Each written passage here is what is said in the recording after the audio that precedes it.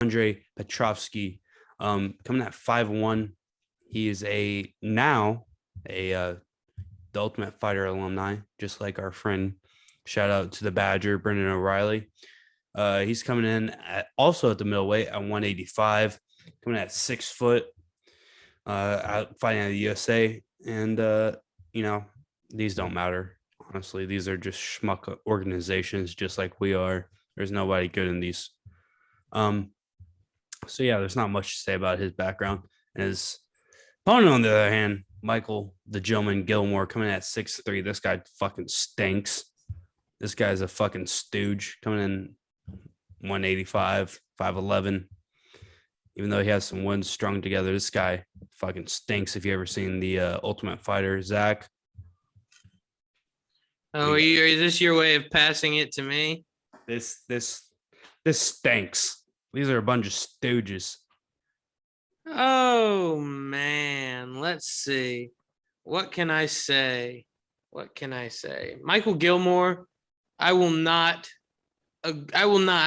defame this person in the manner that Gage is doing it, because I don't know if he fucking stinks. I don't know if he's a stooge, but we talked about it before the podcast, and it just so happens that where Michael Gilmore is particularly weak is where Andre Petrovski is really strong.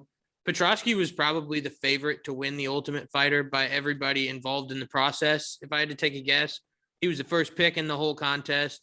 And, my only real concern with the guy is the gas tank. We've seen him try to chain wrestle, and we've talked about it in the past. When you wrestle and you shoot a whole bunch and you're exerting all that energy, it's a pretty difficult pace to sustain. So,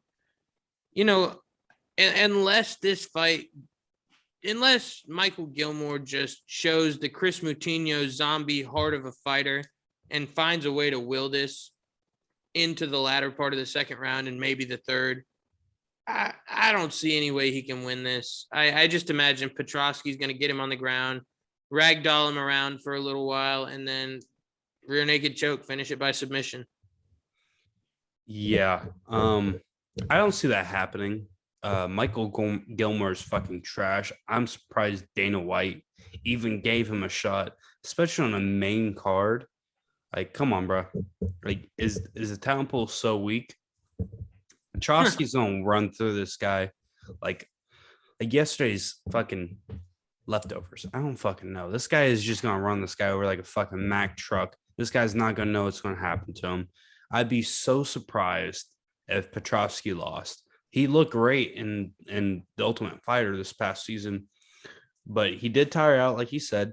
Other than that, I mean, dude, Gilmore looked like garbage, even though he was coming in short notice. Like, Jesus, he looked incompetent more than anything in the Ultimate Fighter. I know Trayshawn Gore's a beast, but fuck me, that was bad. All I can. My girlfriend is trying to sneak by the camera, but I don't know. All I guess I can really say on that is I think Dana White is a good person in terms of sticking to his word, because Michael Gilmore was a guy that originally did not make the cast of the Ultimate Fighter, and Dana told him, like, that's it, dude. And he said, well, what if I want to stick around and pay my way in Vegas and be the alternate? Sure enough, Miles Hunzinger gets hurt, decides to pull out, and in comes Michael Gilmore. So I think he took that fight on 2 days, short notice. So I think given the circumstances surrounding it, Dana told him, hey, dude, this isn't a real fair shot. If you do me a favor, I'll do you a favor and give you a real fair shot.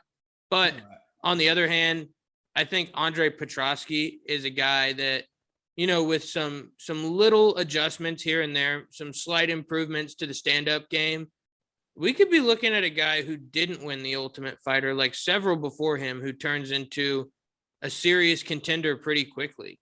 I'm not putting him in there at 185 with Brunson as a wrestler. Like, I don't think he's in that category necessarily, but I think he poses a lot of problems to some of the guys in that division that are primarily strikers. Yeah, I mean, I couldn't agree with you more. I think he has a future, that's for sure. Even though he didn't win, I think he's going to be here for quite a while. And I think Dana White understands that as well. Organizationally, I think it's reflective of that. All right. Well, let's get into the odds for this fight. I'm sure they're going to be shit. But wow, what do you know? Let's move us over. All right. Petrovski, the best you can get him is a minus 400 favorite, which obviously means you got bet $400 to win 100, and Gilmore plus 425. So not looking too great on that standard. No, I was Oh. about to say maybe you parlay Petrovski with Muradov and you have something there if you toss another guy in there. But I don't know, man. Maybe it under 1.5 rounds is actually negative money at minus 130.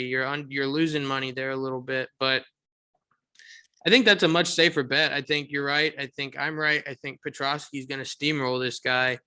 I And mean, even if it gets out of the first round, this guy's not making it through 2.5 minutes of the second round. So this fight card, I mean, some of it's going to be competitive, but like actual fight fans know that there's some heavy favorites here, and I think the favorites are going to take it today, this weekend actually, but yeah, no, that's kind of right in my ballpark to pick the favorites to win, right? But I might be riding that train too, bud. Petrovski by submission at plus 140 does not strike me as a horrible decision to make either. Yeah, no, I think what plus or minus 180 for wins and decides to the distance. Yeah. Just great either.